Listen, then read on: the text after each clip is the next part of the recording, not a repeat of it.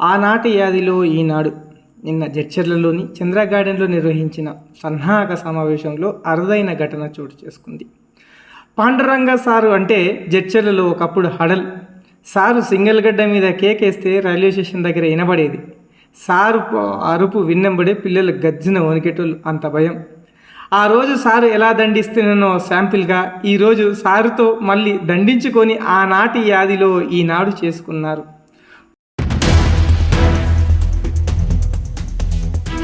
మన జడ్చర్లలోని ప్రభుత్వ బాలుర హై స్కూల్ త్వరలో 100 వసంతాల పండగ జరుపుకోబోతుంది. దానికి సంబంధించి 3 రోజుల కార్యక్రమం ఎలా నిర్వహించాలనే దానికోసం సన్నాహక సమావేశం నిర్వహించారు చంద్ర గార్డెన్లో. ఈ కార్యక్రమంలో ఈ అరుదైన ఘటన చోటు చేసుకుంది. మీరు కూడా చూసి తరించండి. న్యూస్ నచ్చితే షేర్ చేయండి, లైక్ చేయండి, సపోర్ట్ చేయండి, సబ్స్క్రైబ్ చేయండి. జేసీఎల్ న్యూస్, నిజమాగదు, తప్పు దాగదు. మధ్య అనుబంధాన్ని ప్రకటించే కార్యక్రమంగా ఉండాలి 3 రోజుల ఉత్సవాలు అని చెప్పేసి నేను కోరుకుంటూ, దానికి ఈరోజు కనిపించిన స్పందన కాకుండా మనకి ఇంకా 4 రోజుల టైం ఉంది.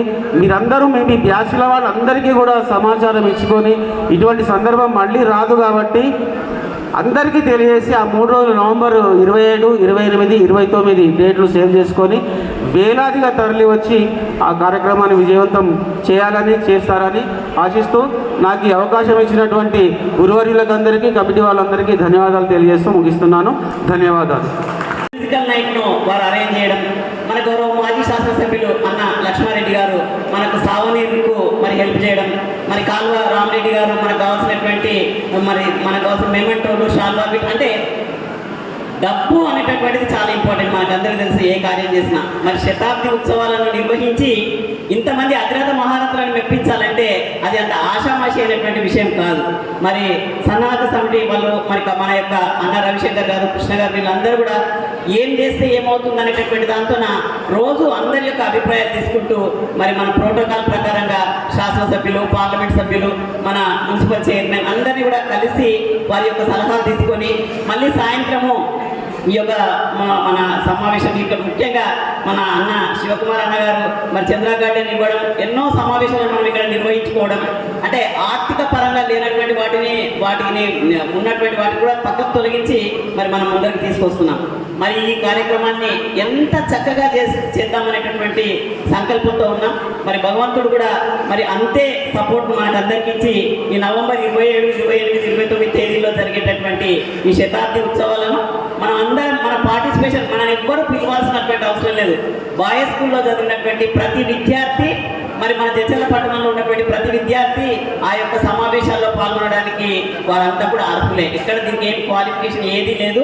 ఎవరిని కూడా మనం స్టేజ్ మీదకి పిలవాలి, వాళ్ళు మీద కూర్చున్నారు, మనకి ఏ తారతమ్యం లేదండి.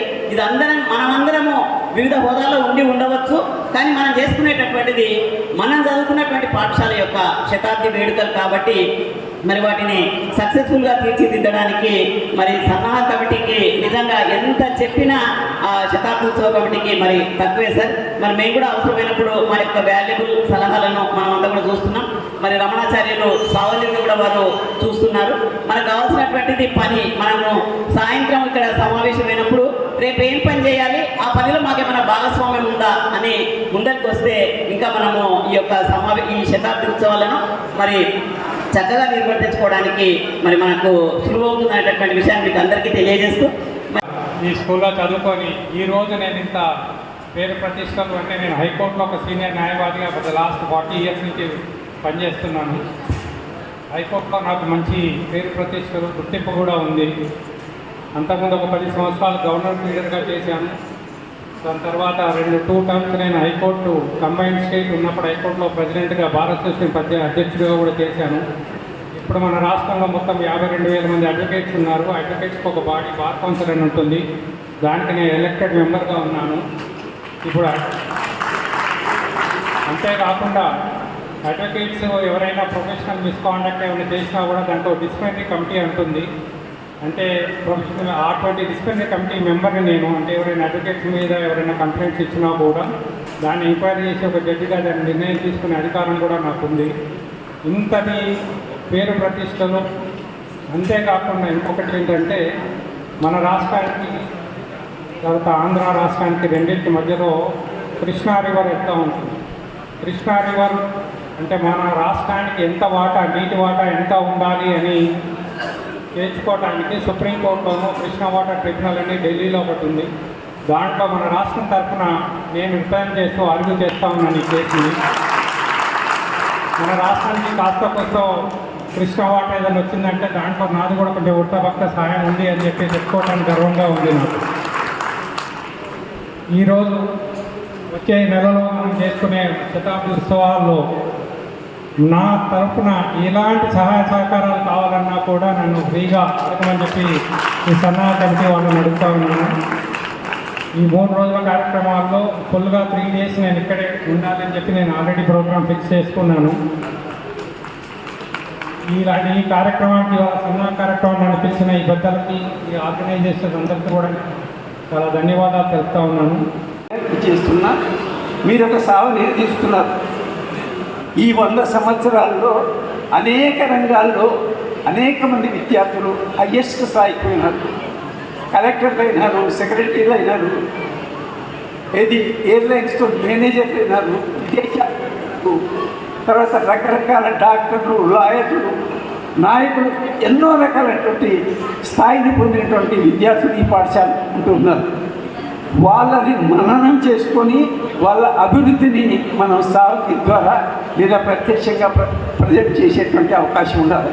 ఈ స్కూల్ యొక్క గొప్పతనం చూపించాలంటే వాళ్ళనంతా ఈ పాఠశాల విద్యార్థులు ఇంతమంది ఈ పాఠశాల నుండి పై స్థాయికి పోయినారనేటువంటి ఎప్పటికీ స్ఫురణ ఉండేటట్టుగా మీరు ఏం చేస్తారనేది సాగునీరులో ఎట్లా పొందుపరుస్తారని ఇప్పుడే మన ముందుకే హైకోర్టు లాయరు మరి స్టేట్కి చేయాల్సినటువంటి సేవల్లో తన యొక్క పాత్ర ఏముందో కూడా వివరించినారు.